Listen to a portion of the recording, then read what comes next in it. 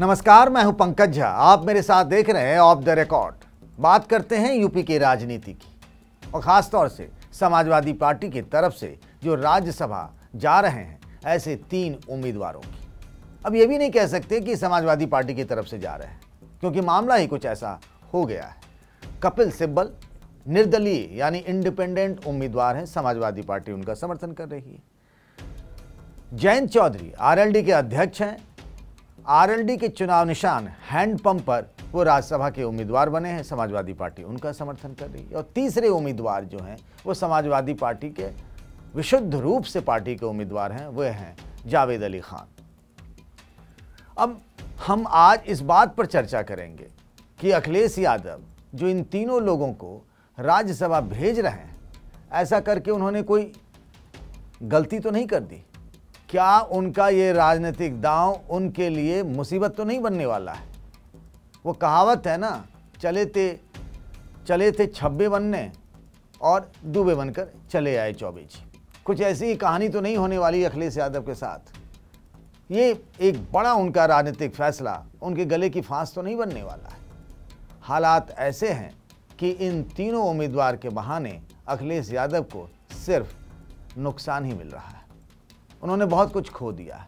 क्या क्या खोया है, आज हम विस्तार से बात करेंगे। पहले ये जान लेते हैं कि जो तीनों उम्मीदवार आए हैं, कपिल सिब्बल जो कल तक कांग्रेस पार्टी में थे, सोनिया गांधी के करीबी नेताओं में थे, G23 में चले गए थे बाद में नाराज होकर, उन कांग्रेसी नेताओं का समूह जो खुलकर कांग्रेस के खिलाफ बोलने लगा था। मनमोहन सरकार में कैबिनेट मंत्री थे कपिल सिब्बल, बड़े वकील हैं। उनकी बात 3 अलग अलग पार्टियों से राज्यसभा चुनाव को लेकर चल रही थी। आरजेडी, जो मेरे पास जानकारी मिली है कि राष्ट्रीय जनता दल से भी वो चाहते थे राज्यसभा जाने के लिए। सबसे पहले तो वो कांग्रेस से चाहते थे, महाराष्ट्र से उन्हें राज्यसभा का सांसद बना दिया जाए, उनकी चाहत ऐसी थी, पर वहां से ग्रीन सिग्नल नहीं मिला। फिर उन्होंने अपनी सुई घुमा दी राष्ट्रीय जनता दल की तरफ। अब चूंकि बहुत बड़े नामी गिरामी वकील हैं, तो कई बड़े बड़े लोगों के केस लड़ रहे हैं, उसमें लालू यादव भी शामिल हैं, तो उन्होंने आरजेडी की तरफ चले गए। लालू यादव ने वहां एक शर्त लगा दी कि अगर आप जाएंगे राज्यसभा, हम तैयार हैं, मीसा भारती हमारी पहली उम्मीदवार होंगी, दूसरे आप हो सकते हैं, लेकिन आपको आरजेडी के चुनाव निशान लालटेन पे जाना पड़ेगा। लेकिन कपिल सिब्बल इसके लिए तैयार नहीं हुए। फिर वो झारखंड मुक्ति मोर्चा के लिए भी कई केस लड़ रहे हैं। हेमंत सोरेन से भी उनकी बातचीत जारी थी, पूरा मामला फाइनल नहीं हुआ था। यहाँ आजम खान उनके सबसे बड़े पैरोकार थे, क्योंकि आप सब जानते हैं कि आजम खान को जो जमानत मिली सुप्रीम कोर्ट से, वो कपिल सिब्बल की मजबूत पैरवी के कारण मिली। तो आजम खान ने बिल्कुल एकदम एड़ी चोटी का जोड़ लगा दिया था कि चाहे कुछ भी हो जाए, कपिल सिब्बल को तो बनना ही बनना है। और इसीलिए उनकी नाराजगी की बातें भी सामने आ रही थी। लगातार वो दबाव बनाए हुए थे अखिलेश यादव और समाजवादी पार्टी कैंप पर, और यहाँ उनकी दाल गल गई। इंडिपेंडेंट वो राज्यसभा जा रहे हैं, समाजवादी पार्टी उनका समर्थन कर रही है। फिर ऐसा ही गेम जयंत चौधरी के साथ हो गया। जयंत चौधरी को भी अखिलेश यादव ने यह कहा कि भैया इस बार नहीं, अगली बार आप राज्यसभा चले जाना, आपको या फिर आप हमारे सिंबल पे चले जाइए। पर यहाँ मामला फंस गया। जयंत चौधरी खुद ही आरएलडी के अध्यक्ष हैं और उनकी पार्टी का चुनाव निशान जो है हैंडपंप है, तो वो इस बात के लिए तैयार नहीं हुए।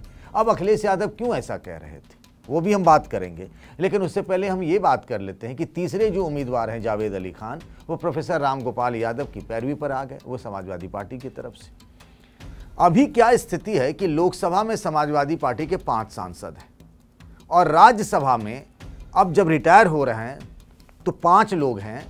उसमें जया बच्चन है, राम गोपाल यादव है, विश्वंभर निषाद हैं, रेवती रमन सिंह हैं और संग्राम सिंह यादव है। सुखराम सिंह यादव, माफ करिएगा। तो सुखराम यादव, विश्वंभर निषाद और रेवती रमन सिंह, ये तीनों रिटायर कर रहे हैं। 2 ही बच रहे हैं, राम गोपाल यादव और जया बच्चन।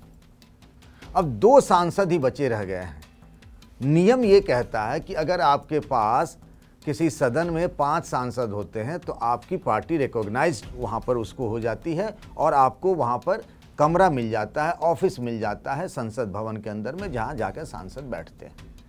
अब अखिलेश यादव ने सोचा ये था कि मेरी पार्टी से इस बार अगर 3 सांसद चुन लिए जाएंगे, और इसीलिए उन्होंने जयंत चौधरी को कहा था कि भैया इस बार आप ना जाइए, आपको हम अगली बार भेज देंगे।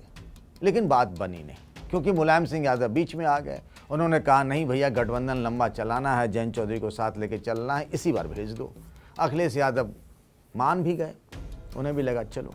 लेकिन नुकसान क्या हुआ अखिलेश यादव का, वो मैं सिलसिलेवार तरीके से बता रहा हूं। अब चूंकि कपिल सिब्बल भी इंडिपेंडेंट और जयंत चौधरी अपनी पार्टी के चुनाव निशान पे, जावेद अली खान भले ही समाजवादी पार्टी के सांसद चुन लिए जाएंगे, तो पहले से रामगोपाल यादव और जया बच्चन जो अमिताभ बच्चन की पत्नी हैं, तो इस तरीके से समाजवादी पार्टी के 3 ही सांसद रह गए। अब 3 सांसद होने की वजह से अब तक जो उनको एक बड़ा सा ऑफिस मिला हुआ था संसद भवन के अंदर, वो ऑफिस अब समाजवादी पार्टी से छिन जाएगा। इतना बड़ा नुकसान हो गया। अब वहाँ रहते थे सांसद, बैठते थे, मैंने खुद ही कई बार देखा है, वहाँ कर अखिलेश यादव भी बैठते थे, लोगों से बात करते थे, जो पार्टी के सांसद हैं, जो लोग उनसे मिलने चले आते थे तो संसद भवन में भी बुला लिया करते थे। दूसरा, अखिलेश यादव ये चाहते थे कि डिम्पल यादव इस बार चली जाए। अब चूंकि अखिलेश यादव आजमगढ़ से लोकसभा के सांसद थे, तो इस नाते उन्हें दिल्ली में एक सरकारी बंगला मिला हुआ था। वो जब भी दिल्ली आते थे, यहाँ रुकते थे, तो उसी घर में रुकते थे और वहीं अपने पार्टी के नेताओं से मुलाकात करते थे। दूसरी पार्टी के नेताओं से भी मिलना जुलना होता था तो अपने घर पे बुला लेते थे। तो उनकी इच्छा ये थी कि डिम्पल यादव बन जाएंगी, राज्यसभा में आ जाएंगी, तो उनका वो सरकारी घर बरकरार रह जाएगा।